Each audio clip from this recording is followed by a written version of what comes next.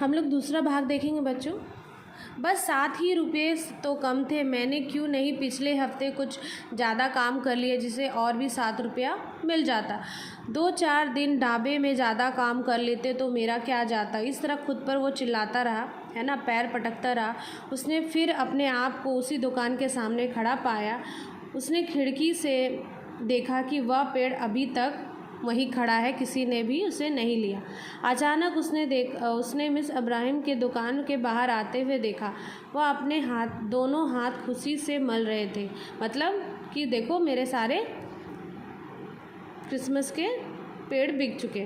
काफ़ी संतुष्ट, मतलब खुश था, और दुकान के बाहर खड़े होकर लोगों को आते जाते हुए देखने लगा। जैसे बेंजी ने उधर देखा, दुकान के ऊपर से लगा हुआ न्यूयॉर्क साइन बोर्ड, है ना, जो हरे और लाल रंग के टिमटिमाते, है ना, कह रहा था तो पेड़ की बिक्री के लिए वह धीरे धीरे नीचे सरक रहा था। ये साइन बोर्ड जैसे कि आपकी पुस्तक में है ना, वह सरक रहा था। और बेंजी ने आव देखा ना ताव देखा, ये मुहावरा आव देखा ना ताव देखा, है ना, और मिस इब्राहिम को धक्का देकर उसे पीछे की ओर धकेल दिया और गुत्थम गुत्थी में दोनों ज़मीन पर लोट पोट हो गए, मतलब गिर गए। तभी वह बोर्ड धड़म से, है ना, धड़ाम से गिरा और टुकड़े टुकड़े होकर बिखर गया। क्या हुआ दुकानदार, है ना, एकदम घबरा गया। ओह, बेंजी चिल्लाया, तारों में से तो चिंगारी निकल रही है। जैसे वह कूदा, तार एक गत्ते के डिब्बे में छू गया, है ना, और जो वह पेड़ था तुरंत उसमें आग लग गई। ओहो, आग लग गया, है ना। समय मिस इब्राहिम चिल्लाए। वह अभी तक ज़मीन पर ही बैठे थे। आग शब्द सुनते ही कुछ ही क्षणों में भीड़ एकत्रित हो गई, है ना। कुछ होता है तो लोग तुरंत एकत्रित हो जाते हैं, मतलब इकट्ठा हो जाते हैं। तो बेंजी एक झटके से, है ना, उठा और उसे दुकान के पास रखी हुई रेत की बाल्टी का ध्यान आया। जो पहली बार जब आया था तो दाम सुन के वो देखा नहीं और वो रेत की बाल्टी से टकराया था, तो वो बाल्टी उसे याद आया। तो वो तुरंत उठकर, है ना, तुरंत उठा और बाल्टी में रेत जो था वो आग में फेंकना शुरू कर दिया। लोगों ने भी ऐसा ही बाल्टी में उठाया और, है ना, डालना शुरू कर दिया।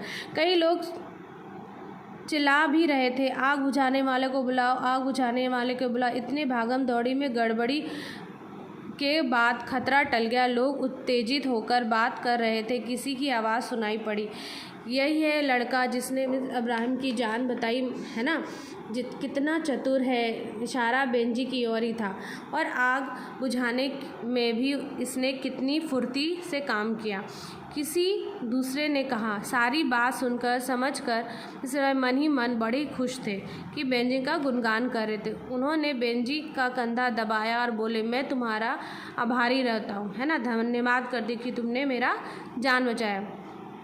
नहीं, ऐसा नहीं कहिए मिस इब्राहिम, आप सुरक्षित हैं, यही मेरे लिए बहुत खुशी की बात है। वह कुछ शर्मिंदा महसूस कर रहे थे। क्यों? क्योंकि जिस लड़के को उसने, है ना, पेड़ देने से इनकार कहा, है ना, और कहा क्या तुम ये खरीद सकते हो, अब मुझे घर जाने की अनुमति दो। वह मुड़ने को लगा, तभी मिस इब्राहिम ने शांत स्वर में कहा, मुझे याद है तुम कुछ घंटे पहले यहाँ पर आए थे। जो पेड़ बेंजी लेना चाहता था उसी की ओर इशारा करके उन्होंने कहा। पूछा, तुम यह पेड़ लेना चाहते हो थे ना? बेंजी ने चुप था। बेंजी कुछ नहीं बोला। मैं तुम्हें यह पेड़ उपहार के तौर पर दे रहा हूँ। स्वरूप मतलब तौर पर दे रहा, देखो इसे स्वीकार कर लो, इससे मुझे बहुत खुशी होगी। बेंजी को अपने कानों पर विश्वास ही नहीं हो रहा था। जो कुछ समय पहले खरीद नहीं सकता, आज उसे वही चीज़ उपहार के तौर पर मिल रहा है। अपने शरीर पर उसने 2, 3, 4 बार चिमटी काटी, है ना, कि एहसास हो कि क्या मैं सपना देख रहा हूँ। और सपना तो नहीं था, उसकी आंखों का चमक आ गई। धन्यवाद सर, पर आपको यह पैसे अवश्य लेने पड़ेंगे। बाकी के पैसे मैं कुछ दिनों में चुका दूंगा। नहीं, पैसे की बात नहीं करते, है ना, तुम मुझे शर्मिंदा मत करो। तब मिस इब्राहिम ने कहा, मैं तुम्हें इसे उपहार के तौर पर दे रहा हूँ। मैं जानता हूँ कि मेरी जान की कीमत के बदले में नहीं दे रहा हूँ, उसके लिए कुछ नहीं है, क्योंकि तुम्हें यह बहुत पसंद है इसलिए मैं दे रहा हूँ। धन्यवाद सर, मेरी छोटी बहन बहुत खुश हो जाएगी। मैंने उसको आज रात पेड़ लाने का वादा किया था, है ना, तब तो तुम्हें अवश्य ही ले जाना चाहिए, उन्हें निराश नहीं करना चाहिए। मुस्कुराते हुए अब्राहम ने कहा, है ना, 1 मिनट रुको, कहते हुए वो दुकान के पीछे बने हुए एक पेड़ से, है ना, पीछे में बने हुए पेड़ के बने हुए एक छोटे से कमरे में गायब हो गए। अगले ही क्षण वह अपने हाथ में गत्ते का डिब्बा लेकर वापस आए। इसी पेड़ के पास ले जाओ, है ना, और इसमें कुछ सजावट का सामान भी है और मेरी गाड़ी तुम्हें तुम्हारे घर तक छोड़ देगी। बेंजी जब घर पहुंचा तब उसे लगा कि जो गलियां, है ना, जो रास्ता कुछ घंटे पहले वीरानी थी, ठंडी थी, अब देखो खुशियाँ भर गई। क्यों? क्योंकि वो उपहार लेके घर जा रहा था, है ना। उसे लगा कि जो हरी और लाल बत्तियां हैं उसके हृदय को छू रही है। पेड़ उतारने के बाद बेंजी ने ड्राइवर को एक पल रुकने को कहा कि ये मैं मिस्टर इब्राहिम के लिए कुछ भेजना चाहता हूँ। घर के अंदर तेज़ी से जाकर बेंजी ने एक कागज़ पर कुछ लिखा और एक लिफाफे में, मतलब एनवलप में डालकर उसे बंद कर दिया। मिस्टर इब्राहिम को देने के लिए वो ड्राइवर को कह दिया। फिर वह सुख से सांस लिया।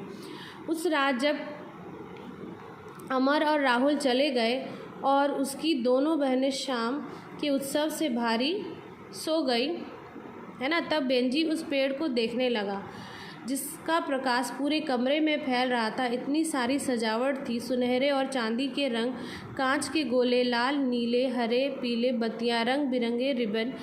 सबसे अच्छा तो उसे वह चमकीला क्या लग रहा था, सितारा लग रहा था, जो उन्हें उस गत्ते के डिब्बे से मिला था। जब भी वह झिलमिलाता तब लगता कि कह रहा था कि मैं यहाँ पर खुश हूँ। जब मिस अब्राहम ने इस लिफाफे को खोला तो उनमें से, है ना, उन्हें उनमें क्या मिला, कुछ रुपए और एक पुर्जा मिला, नोट। कृपया ये 28 रुपये स्वीकार कर लीजिए, है ना।